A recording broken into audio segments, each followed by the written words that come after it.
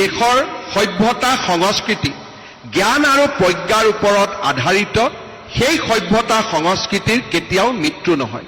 আমাৰ ভাৰতবৰ্ষৰ বেদ আৰু উপনিষদৰ সময়ত আমি বিশ্বৰ সৰ্বোচ্চ শিখৰত আৰোহণ কৰিছিলোঁ আৰু আজি সেই একেই সংকল্পৰে আমাৰ ৰাষ্ট্ৰ দ্ৰুত গতিত বিকশিত হৈছে।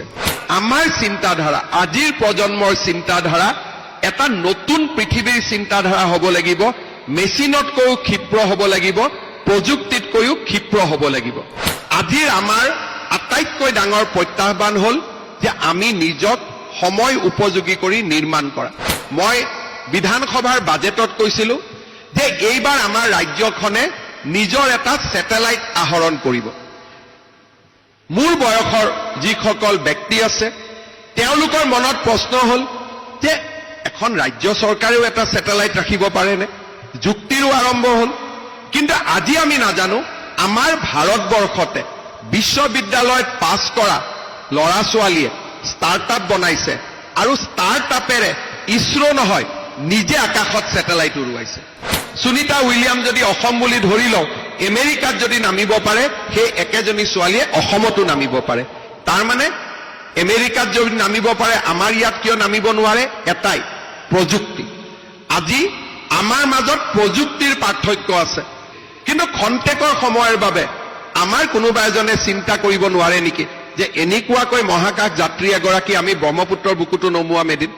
চিন্তাই মানুহক আগলৈ যাবৰ বাবে মানুহক প্ৰেৰণা দিয়ে। আমি যি দূৰলৈকে নাযাওক কিয় আমাৰ সকলোৰে মনত উদ্ভাৱনামূলক শক্তি আছে, ইনোভেশ্যন কৰিব পৰা কেপাচিটি আছে।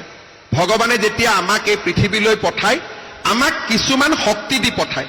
আমি শক্তিবিলাক আহৰণ কৰিব নোৱাৰো, শক্তিক অনুভৱ কৰিব নোৱাৰো আৰু আমাৰ এনাৰ্জিবিলাক আমি ডাইভাৰ্ট কৰোঁ। মই বিশ্বাস কৰোঁ প্ৰতিগৰাকী মানুহৰ বুকুত মানুহৰ আত্মাত একোটা শক্তি লুকাই থাকে। সেই শক্তিটোৰ কৰ্ষণ কৰা, সেই শক্তিটোৰ লগত চিনাকি হোৱা আৰু সেই শক্তিটোক সম্পূৰ্ণৰূপে ব্যৱহাৰ কৰা। বোম্বাইত যদি শচীন তেণ্ডুলকাৰে খেলিব পাৰে, শচীন তেণ্ডুলকাৰৰ দৰে গাঁৱত আমাৰ বহুত ল'ৰা ছোৱালী আছে। আমাৰ গাঁৱতো যদি ল'ৰা ছোৱালীয়ে ক্ৰিকেটৰ বেট বল এখন পাই গ'লেহেঁতেন সৰুতে, কিজানি তেণ্ডুলকাৰকো আমি পিছ পেলাই দিলোহেঁতেন। আমাৰ চাহ বাগিচাৰ প্ৰতিগৰাকী ল'ৰা ছোৱালী তেওঁলোকৰ সাংস্কৃতিক পৰিচয়টোৱে হৈছে ধনু আৰু কাঁড়।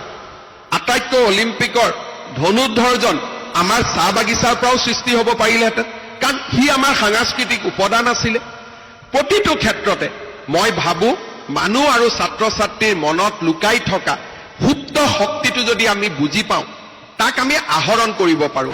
আমি নিজক কেতিয়াও সৰু বুলি ভাবিব নালাগে, নিজক আমি ইনফেৰিয়ৰ বুলি ভাবিব নালাগে। কোনোবাই যদি এই কামটো কৰি দেখুৱাইছে ময়ো কৰি দেখুৱাব পাৰিম। শচীন তেণ্ডুলকাৰে যদি ডাবল চেঞ্চুৰী মাৰিব পাৰিছে ময়ো ডাবল চেঞ্চুৰী মাৰিব পাৰিম। এই ধৰণৰ চিন্তা, এই ধৰণৰ প্ৰতিজ্ঞা যেতিয়াই মানুহৰ মনত সৃষ্টি হয় সেই মানুহে আকাশ চুব পাৰে। তাৰমানে যিবিলাক কথা 40 বছৰ আগত আমি চিন্তা কৰা নাছিলো, 30 বছৰ আগত আমি চিন্তা কৰা নাছিলো, 20 বছৰ আগত আমি চিন্তা কৰা নাছিলো, আজি আমি সেই কথাবিলাক চিন্তা কৰিব পাৰোঁ। পৃথিৱীখনত কি হৈ আছে আমাৰ চকু কাণ আমি খুলি ৰাখিব লাগিব। অমুকে যদি IIT গুৱাহাটীত গৈ পঢ়িব পাৰে মইনো কিয় পঢ়িব নোৱাৰো? অমুকে যদি ভাল শিক্ষক হ'ব পাৰিছে মইনো কিয় নোৱাৰো? অমুকে যদি ভাল মিউজিচিয়ান হ'ব পাৰিছে মইনো কিয় নোৱাৰো? 3.5 কোটি মানুহৰ মাজত কি এজন জুবিন গাৰ্গ, এজনে অংগৰাগ মহন্ত থাকিব নেকি? বহুত হ'ব পাৰে, আমাৰ মাজতো থাকিব পাৰে, কিন্তু আমি কেতিয়াও চিন্তাই কৰা নাই যে আমিও জুবিন গাৰ্গ হ'ব পাৰোঁ। মোৰ এটাই অনুৰোধ, অসম পৰিৱৰ্তন হৈছে, অসমৰ ছাত্ৰ ছাত্ৰীসকলেও আকাশ চোৱাৰ সংকল্প দেখাৰ সময় আহিছে। মই এটাই কথা ক'ব পাৰোঁ যে আজি আমাৰ সম্ভাৱনাৰ দুৱাৰ চাৰিওফালে মুকলি হৈ আছে। মাত্ৰ নতুন সংকল্পৰে আমি উজ্জীৱিত হ'ব লাগে, নতুন পৃথিৱীখনক আমি চাব শিকিব লাগে। It is a world of technology, it is a world of new knowledge and this is a world of opportunity. আমি ক'তো পিছ পৰি নাযাওঁ।